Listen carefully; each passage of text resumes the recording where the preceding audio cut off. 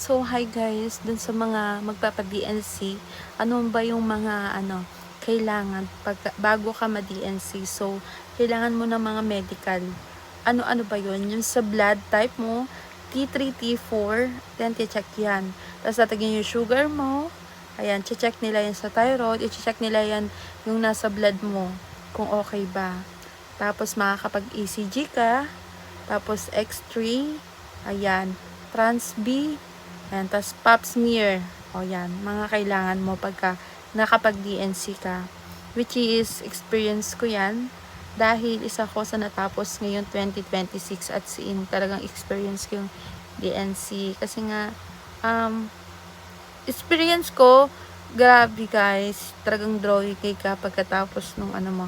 Sa 3 days guys, talagang makakauwi ka na. Pero bibigyan ka ng doktor mo ng bibigyan ka ng doktor mo ng pahinga 2 months with Magna Carta na kailangan bayaran ka ng company. Yes. Pwede ka work from home pero binabayaran ka ni company or pinapasahod ka nila. Yes.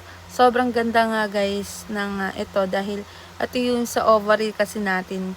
Ito yung mga masaselang ng mga babae. So, kaya talaga siya kasama sa mga importanteng kailangan ng mga tao or if ever may mga nararamdaman ka, ipa-check up nyo na guys. Kasi guys, lately na ako nagpa-check up kung kailan lumala siya or nagbi-bleeding ako. So, not normally ang bleeding. Hindi talaga siya normal ang bleeding. So, nakaka-confuse ako dun sa bleeding niya at hindi rin talaga ako natutuwa. Sabi ko nga sa sarili ko, na if ever meron maramdaman magpapa-DNC kung kailangan gawin nyo na guys. Meron naman yan sa public, pwede naman yan kayo magtanong no ano yung mga kailangan.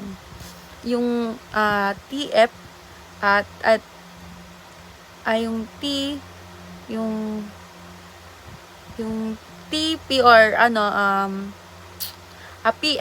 PF or professional fee ng mga doktor, yun itatanong nyo din yun. Kasi iba yung sa bill nyo, iba yung sa gamot, iba yung sa doktor. So, at least, aware ko. Dito ako sa Pasig ako, nagpa-DNC kasi kailangan na guys. And nagbi-bleeding na ako.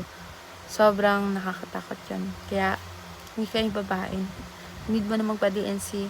Huwag ka na magdalawang isip dahil magkakaanak ka pa rin naman.